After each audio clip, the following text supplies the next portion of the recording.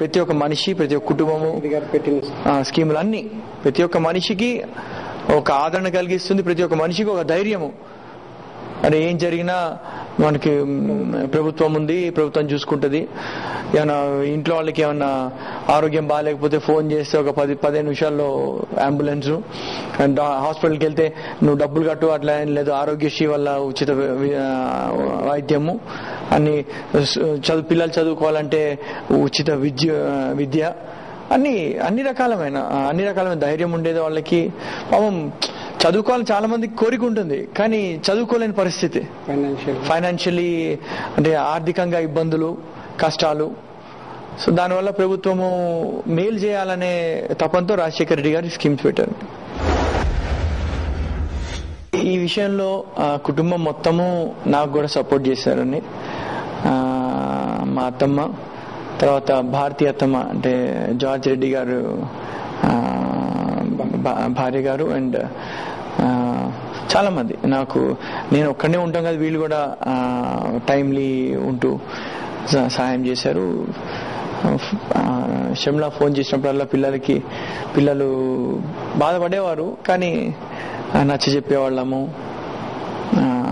ఈ యొక్క కొంతకాలమే కదా, మళ్ళీ వచ్చేస్తాం, మళ్ళీ దే వెరీ హ్యాపీ. ఇప్పుడైతే పిల్లలు చాలా ఆనందంగా ఉన్నారు.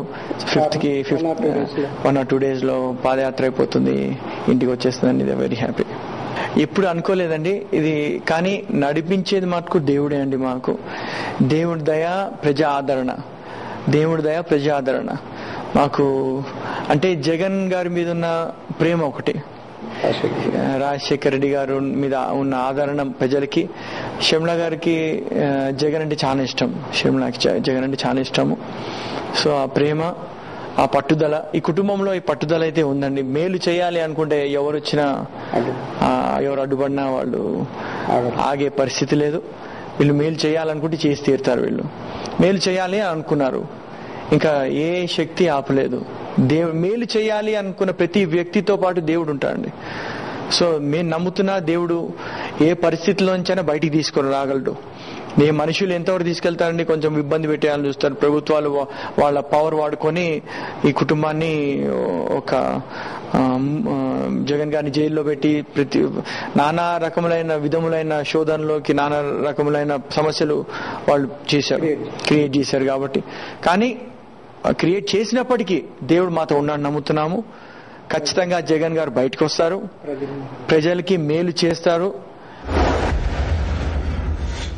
ప్రతి ఒక్క మనిషికి ఏదో రకంగా ఇబ్బందులు, కష్టాలు వస్తూ ఉంటాయి. కానీ అప్పుడు రాజశేఖర రెడ్డి గారు ఆయన అనేవారు, మీరు ఎదుర్కోవాలా, ధైర్యంగా ఉండాలా, దేవుడు ఉన్నాడు, దేవుడు మనల్ని కాపాడుతాడు అనేది. ఎప్పుడు దేవుడి మీద ఆధారపడే కుటుంబం అండి ఇది. సో దేవుడి మీద ఆధారపడే కుటుంబం కాబట్టి ఎన్ని సమస్యలు వచ్చినా, ఎన్ని కష్టాలు వచ్చినా మేము ఎదుర్కోవాలి అనే ధైర్యాన్ని కూడా ఆయన దగ్గర చూసి నేర్చుకున్నాం. ఈ ఆదరణ, అభిమానము, ఈ ఆప్యాయత, ప్రేమ చూపించిన ప్రజలందరికీ మేలే చేస్తాము, మీ నమ్మకాన్ని ఒమ్ము చేయము. ఈ కుటుంబము ఒక మాట చెప్పిందా, మాటకి కట్టుబడి ఉంటుంది.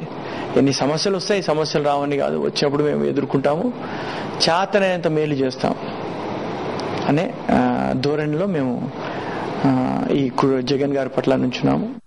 ఒకసారి ఊళ్ళల్లో వెళ్ళి ఒకసారి వాళ్ళని కదిలిస్తే చాలు, పాపం ఏడ్ చేస్తున్నారు, వాళ్ళు బాధపడుతున్నారు, అన్యాయం చేశారని.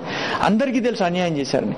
వాళ్ళు వాళ్ళ ప్రభుత్వంలో ఉన్నారు కాబట్టి, పవర్లో ఉన్నారు కాబట్టి, ఆ పవర్ని వాడుకొని దాన్ని మిస్యూజ్ చేస్తున్నారే కానీ అసలు అర్థం పర్థం లేకుండా కొన్ని నెలలు, ఆల్మోస్ట్ 1 సంవత్సరం నుంచి జగన్ గారిని జైల్లో పెట్టడం మాత్రం చాలా అన్యాయం. జగన్ గారి కోసం వెయిట్ చేస్తున్నారు, కానీ వచ్చిన రోజు అయితే నిజంగా పండుగగా ఉంటుంది.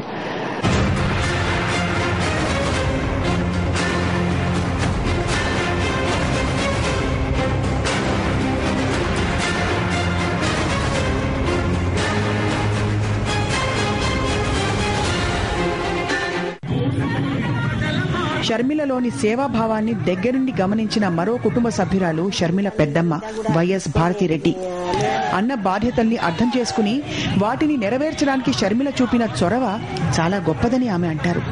వైఎస్ఆర్ కుటుంబానికి దైవ బలంతో పాటు ప్రజల బలం కూడా పుష్కలంగా ఉందని, అందుకే షర్మిల 3000 కిలోమీటర్ల మైలురాయిని దాటగలిగారని